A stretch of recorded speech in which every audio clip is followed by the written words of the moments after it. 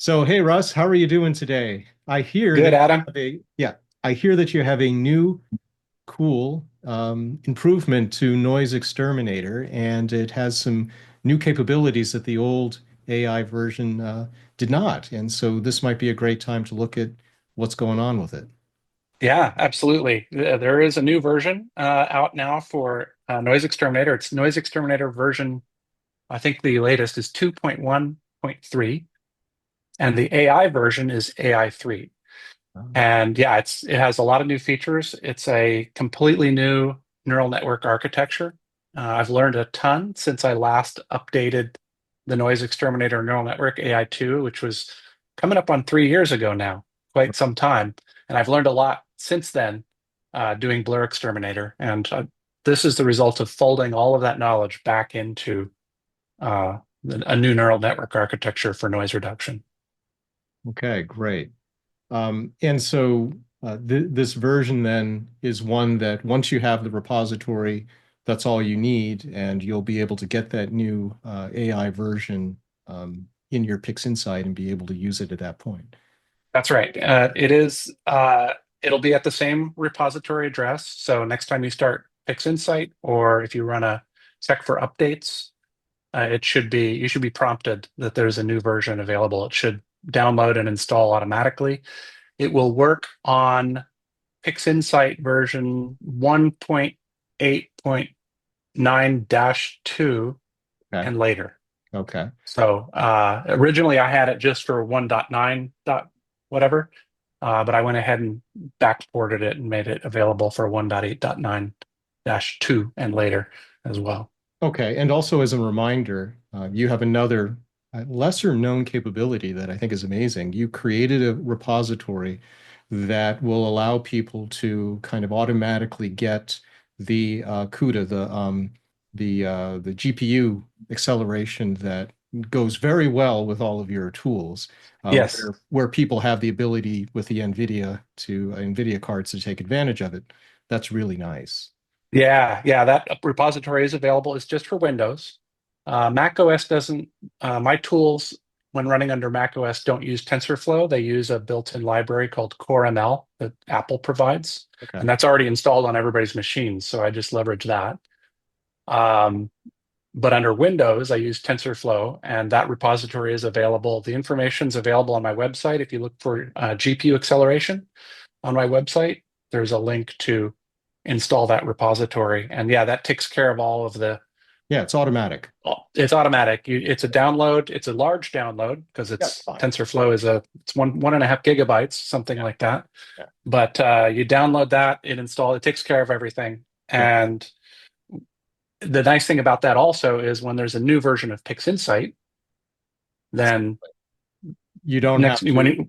once you install the new version of PixInsight, of course, it needs to download all its updates again. And if you've got that in your repositories, then it just does it.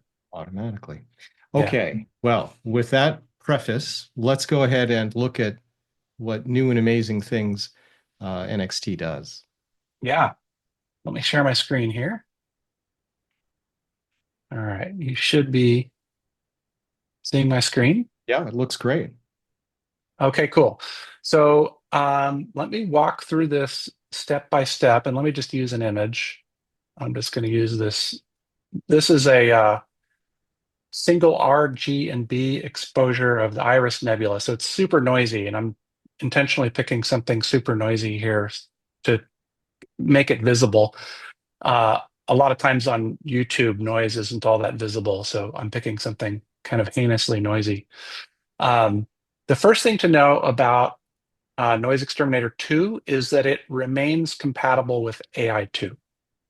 So if I click select AI here and I choose the version 2 of the model, then the user interface switches back to the AI2 version where you have a denoise and a detail setting. And you can continue to use NoiseXTerminator as you have been, no changes. Uh, if that's your preference. If for some reason you want to use AI2 or you want to run comparisons between AI2 and AI3, you can switch back and forth very easily.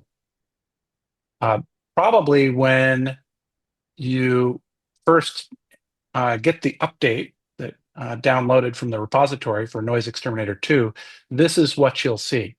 You'll see the old AI2 interface with denoise and detail, and you'll see a little prompt here that AI3 is available.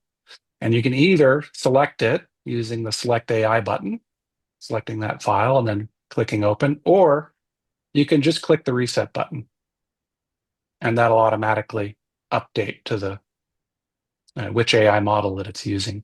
Nice. So the first thing you'll notice is that the parameters have changed. There's still a denoise parameter, but the detail parameter is now gone.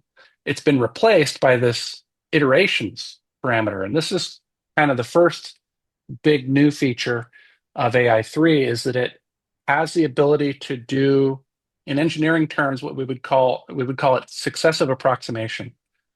So it's making multiple estimates at reducing the noise in the image. Rather than remove the noise all at once, it'll do it in a number of steps, and you can tell it how many steps you want to do from 1 through 5 steps.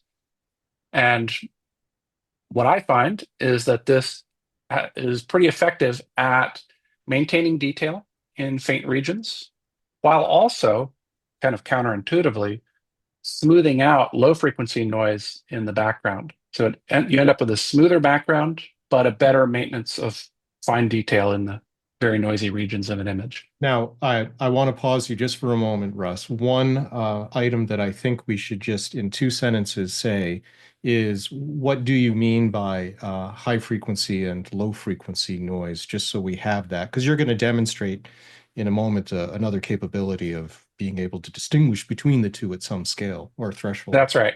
Yeah, that's right. So we'll see much more on that in a minute, but in short, high frequency noise is the really fine scale stuff. If I zoom in on this image here, it's what you think of as noise usually, is this very fine, pixel to pixel variation, random variation of the pixel values. That's high frequency noise. Low frequency noise is very large scale modeling. A lot of times it'll show up as red and green patches in your image, and we'll see much more of that in a minute. Okay. Thank you. That's what that iterations parameter, what I find it does. And let's just go ahead and take a look at it here on this image. I like to use PixInsight's real-time preview function. Right. And to see things well, to see what NoiseXTerminator is doing, I like to turn up the screen stretch quite a bit. So I might really boost the noise and darken the background here, maybe without trying not to clip too much, but really just boosting up a lot of contrast so I can see what's going on, especially in these shadow regions. Okay. So if I do that and then go ahead and click the real-time preview, I'm going to see what NoiseXTerminator is doing pretty instantaneously. And this is kind of the view that I like to look at to really see what it's doing. Let's take a look first at that iterations parameter. If I zoom in on an area where there is some faint detail here, maybe still keeping some of the bright areas, I'm going to go ahead and set the noise reduction to 100%. And you'll see some posterization here sometimes in the real-time preview. This is a function of the real-time preview operation within PixInsight. It does a 16-bit quantization of your data for the purpose of the real-time preview. That posterization won't be there when you process your image for real, but sometimes you'll see that in the real-time preview. But if I just change this iterations parameter, I'm right now at 1 iteration of noise reduction. So it's trying to remove 100% of the noise in one shot. If I change that to 2, it's now going to be doing that in 2 steps. And if I change it to 5, it'll be doing it in 5 steps.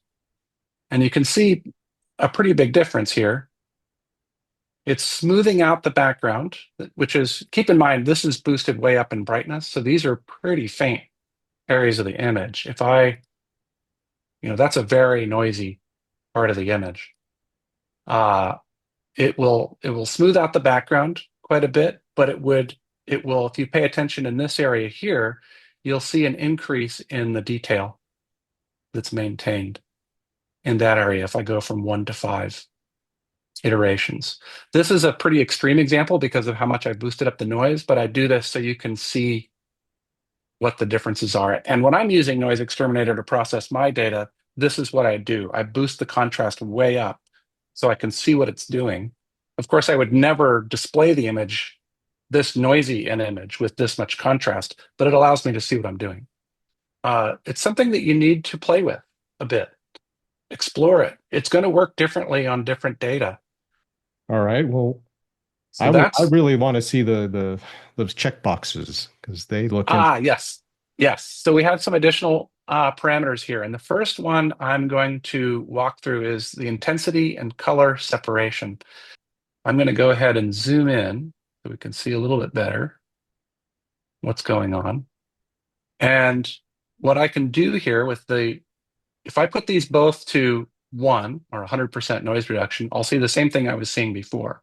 Here, I'm removing 100% of the brightness part of the noise, but leaving all of the color noise. If I switch this around, I'm removing none of the brightness noise, but I'm removing all of the color noise. Does that Uh, make sense? yes, it does.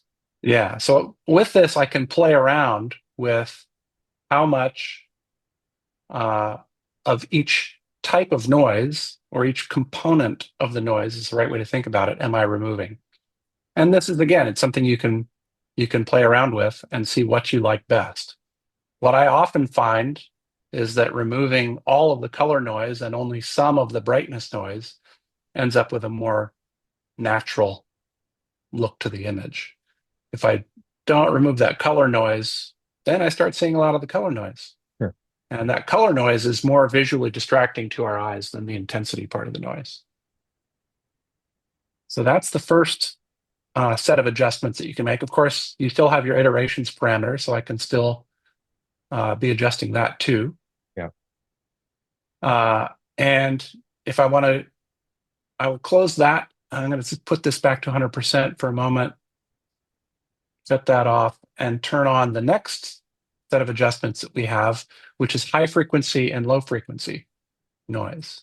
And I'm going to zoom. Actually, I'm going to keep it right here for a moment.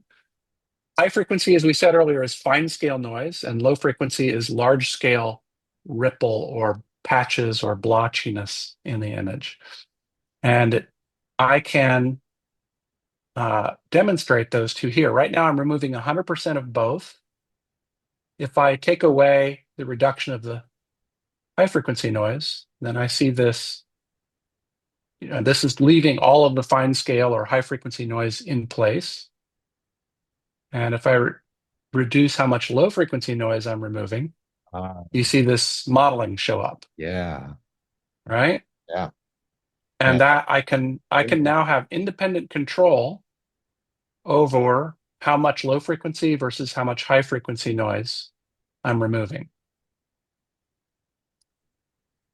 Yeah, that's amazing. I think that that's one of the things that I like about this new version the most is the ability to tackle some of the low frequency ugliness that's there. Yeah, that modeled that red and green patchiness Yeah. and whatnot that was often left by AI version 2, we can now either fully remove it with AI3 or we can dial in how much we want to remove it. And one other thing to mention here is what is high frequency, how fine is fine scale and how coarse is coarse scale noise? Well, that's another parameter that you can adjust. That's this HF or high frequency, low frequency scale parameter. And this is setting the boundary between the high frequency regime or component of the noise and the low frequency component of the noise. And you can dial this in. So if you look at this image as I'm changing this parameter, you can see I'm changing the scale that defines what low frequency noise is. So what I often like to do is to, And just to be clear, you're not correcting it there. You're just kind of showing us this. Well, you are correcting because you're effectively one part of it is becoming high frequency, but that's right. you have it set right now to the low frequency being zero. So we're just seeing where that cutoff is. Yeah. That's right. This is how I like to tune this parameter. To tune this scale parameter, Right. I like to select the frequency separation mode, set my high frequency denoise to 100% temporarily. May not Yeah, be there when we're all done, but just for tuning this parameter. I see. Set the low frequency to 0, so I can really see that low frequency noise now, and then adjust this parameter until I start to see my features, the image features that I'm interested in. This is the point where I might want to dial back the low frequency noise reduction. So that kind of gets me to the level where I'm like, okay, then the scale that I've selected is kind of on the same order as the faint image features that I'm interested in possibly preserving by not quite removing all of this noise. So that's how I like to tune that parameter. Okay. And then putting these both together, then you can select both of these at the same time, like the intensity and color separation and the frequency separation.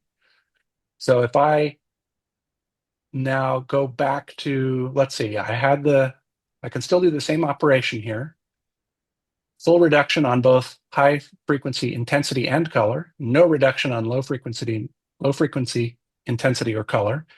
And now again, I can tune that scale parameter around till I see the features I'm interested in. And then this is what I often find is the case is the objectionable part of low frequency noise, the part that your eyes see the most, is typically the color component of the noise. So often I find it's useful to first set that scale parameter and then remove 100% or as much as you like, but a large fraction of the low frequency noise and keep that low frequency intensity. That keeps some of that contrast in those background details. So it's a lot of parameters.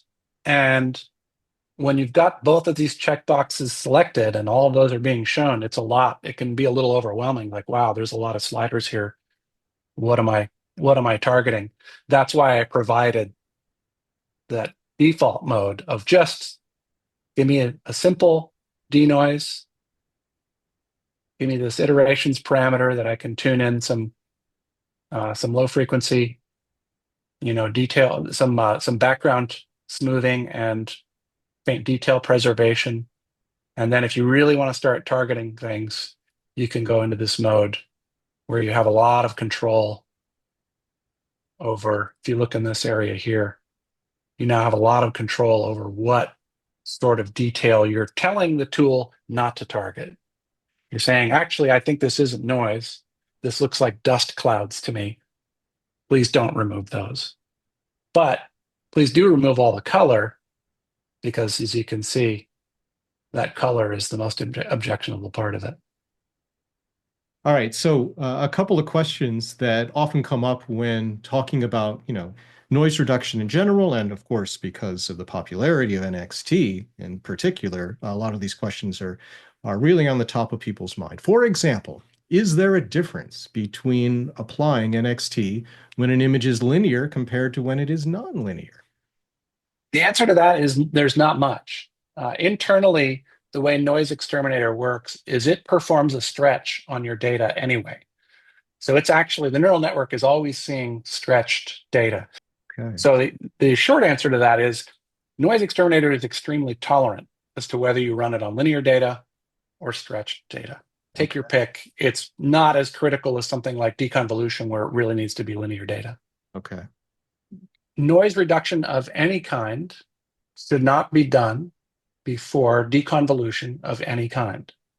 And I'm saying of any kind because this is not something that's specific to BlurXTerminator and NoiseXTerminator. It's something that's a fundamental fact of deconvolution is if you perform noise reduction of any sort prior to deconvolution, it will mess up the deconvolution. You may get an image that looks sharper to your eye, but you can't call it deconvolution anymore. You've altered the underlying data, and noise reduction typically actually destroys some of the low contrast information that deconvolution needs to do its work. And so you're really getting something that's not deconvolution. You run the risk of having an over-sharpened image or having features appear in the image that are not real. And again, this is not a BlurXTerminator thing. This is any kind of deconvolution after any kind of noise reduction is just not a good idea. Yeah. The other thing to know about that is that BlurXTerminator was trained to perform deconvolution in the presence of noise. So there's really not any risk of sharpening the noise or deconvolving the noise into some sharper features. BlurXTerminator was trained to operate in the presence of noise and deconvolve the signal that's present along with the noise. Great. Yep. Yeah. Okay. And then the last question that I had that I think you have an example of, but I'll just kind of lead into it, is narrowband imaging is obviously a very popular aspect of the astrophotography. And one of the things that I know that I had to think about when I was putting together a course on it was there are different methods of going about doing it, but in general, somewhere along the way, you're going to boost the signal of one or more of the weaker channels. Mhm. And that's going to scale up or, raise the gain for however you want to say it, the noise that is associated with that particular color or channel. And so it becomes a question as to whether or not where do you apply NoiseXTerminator when you could do it on the individual frames before you do Mhm. any scaling, or maybe you go ahead and you scale and then you put it all together. And so what say Russ? What do you think? Yeah, that's a real problem, particularly if you're doing sulfur, hydrogen, and oxygen imaging. As we know, the sulfur channel is often the weakest with many objects. So you kind of get hit twice on the problem that you're mentioning with sulfur. One, it's a weak signal, so the signal to noise ratio in your image is already at a disadvantage. But then you're also going to typically want to boost it up Yeah, so that you get some of that detail, that sulfur detail, or the color variations due to the sulfur signal showing up in your image. yeah. And so you've started with an already noisier channel, and then you've boosted it up some more. So you end up with a really noisy channel. And the good news is that AI3, NoiseXTerminator AI3, was trained to handle that, to handle large differences in the statistics of the noise from channel to channel. So if you had a green and a blue channel that would say hydrogen and oxygen that are fairly low noise, but you have a sulfur channel where you've really boosted it up to see some of that detail, AI3 can handle it. All right. So it sounds like to me, as a perhaps a working practical application, it would be okay, given that NoiseXTerminator has that training, to go ahead and put together a colored image in whatever it is. It could be a dual band, it could be you have the three colors together, and because it understands that one can be much noisier than the other, it'll be able to do it in a single color image rather than That's having right. to do Yeah, individual channels. Okay. that's right. Yeah, NoiseXTerminator is again, it's probably the most tolerant tool. Like BlurXTerminator is the least tolerant tool. Like it's got to be linear data. Yeah. Like don't don't mix if you're doing BlurXTerminator on narrowband images. Don't mix the channels. Do it in like an SHO form where each channel is one color, one from one filter. Do your deconvolution and then do your channel mixing to whatever palette you want to use. NoiseXTerminator, it doesn't care. It's very tolerant to whatever you've done to your data. That's the good news. All So yeah, right. you could for narrowband imaging, you could do noise reduction on the individual channels and then combine them, or you could combine them and then do the noise reduction. You could do a little of both. It's NoiseXTerminator is extremely tolerant. Okay. All right. Well, I think we should look at just a few more examples that I know that will probably be instructive. So let's check them out. Yeah. Very pretty, by the way. Oh, thanks. Yeah, beautiful. The Yeah. So okay, this is NGC 1333. And I've run this through BlurXTerminator, so it's been deconvolved. And the thing that's special about this image is it's an RGB image to which I've added H alpha to bring out some of these Herbig Haro regions where stars are being formed, and we're getting some glowing gas within the clouds there. So as a result of that, as we were just talking about, I've taken an RGB image, which is a fairly long integration and is fairly low noise, but to that I have added a fairly noisy H alpha signal. So if I zoom in here, I see a lot of noise in the red channel. And you can probably see this even better if I just switch between the channels here. Here's red, green, much lower noise, blue, much lower noise. So that red channel really has quite a bit of noise in it because of what I did, because of adding that H alpha. And as mentioned, NoiseXTerminator AI3 is tolerant to this. It can handle big differences in the noise statistics from one channel to the next. So if I kind of run through what I was doing before, let me just do my usual flow here, which is a real-time preview. Actually, before that, let me increase the screen stretch a bit here. I really like to see. Oh, and this image is already stretched, actually. There we go. So this image, as you can see, if I zoom in here, it's done a good job of removing that really noisy red channel. Again, it doesn't really care. It's tolerant to big differences in statistics between color channels. Wow. Yeah. So this image, I think, also makes a good demo of the iterations parameter that we were showing earlier. Let me just zoom in on something so it's a little more visible here. If I, again, go between the extremes on this iterations parameter, you can really see how this successive approximation approach to noise reduction allows it to, maintain some of that detail in the really faint areas. Again, these are very noisy areas of the image, but that successive approximation approach really allows you to keep a lot of that faint detail. And just dialing that back for a moment, walking through the frequency separation again. Again, I've removing 100% of the high frequency noise, none of the low frequency noise, just so that I can see what I'm doing. And then I'll tune this scale parameter. Okay. Kind of to target the features that I want to possibly preserve.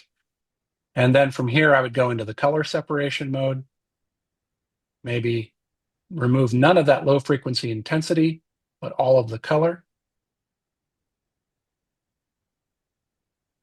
And now I've got some additional preservation of that, where you can really see it hammer that red signal, that low frequency red signal there.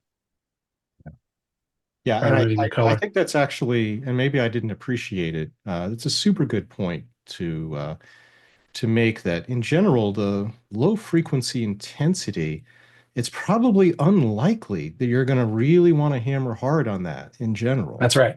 That's Yeah, right. because that low frequency stuff is probably stuff that, as long as it's bright enough, it's probably something in the image. Yeah. Yeah, it's something interesting. And again, this is a kind of a garish example. This Yeah. is stretched way more than I would actually stretch the image for presentation, for a final image. Understood. But I boost it up so that I can see what I'm doing when I'm tuning these parameters. Okay. Then when I get it dialed into where I want, maybe I want to remove 30% of that low frequency intensity, all of the low frequency color. Yeah. Maybe I want to run these iterations back up to 5. Maybe that's where I like it. Great. And now that I'm done with that real-time preview, I run it for real. Yeah. On the actual image, and then go back to a more normal stretch. Sure. That's, if I look at the difference now, You could stretch that more, Russ. Your I could. noise I tend reduction to. did a great job. I tend to try not to overdo it I know. a bit, or too much, Yeah. But yeah, it's done a pretty good job here of removing the noise, That's- and there's some pretty subtle detail kind of buried in here. Absolutely. and it's done a good job of maintaining that. I recently worked on the Helping Hand nebula and I published it. What people didn't know is that I was using, because you were letting me beta test the NoiseXTerminator on it, and I thought it was great. And so people did respond to it, but little did they know that some of the success of that image was the new version of NXT. So thanks, Russ. Yeah, absolutely. Excellent. Well, thank you for spending some time to show the new features and capabilities of NXT as it is now. But I'm sure that this is not the only thing that you're working on in this workshop. I envision there is a workshop that must have 10 computers high by 100 computers wide. I mean, I don't know. And they're just cranking away.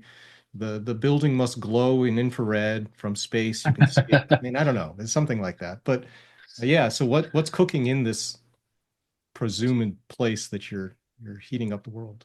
Yeah, what's literally cooking? Yeah, I actually do. I don't have that. It's not 100 computers wide, but I do have a server rack with a couple of GPU servers in it with a lot of GPUs in them so that Yeah. I can try lots of ideas. Uh, I number my experimental neural networks as I go, as I develop them. I number them. And AI4 for BlurXTerminator is version 53, or it's experiment number 53. It worked out. I'm currently for BlurXTerminator on version 96. There's been tremendous, each one of those is a full neural network that's been trained and evaluated and judged to not be quite ready yet. Mm. The biggest issue is if I want to target some particular improvement, like handling halos around stars better, for example, Yes, yes, then I have to also make sure that I don't get worse on any other of aspect course. of what the tool did before, Yeah, right? yeah. And that's usually where the rub comes in. It'll get better in one area, but slightly worse in another, and then I have to, okay, now it's experiment number 97, and I just keep cranking that way. So I'm always working on at least one neural network and training it, usually two in parallel. Sometimes it's a horse race. See which one will work the best. So yeah, there's updates coming soon for BlurXTerminator and StarXTerminator, Okay. and more details to come. I'm very excited about the new features that are going to be added to both of those.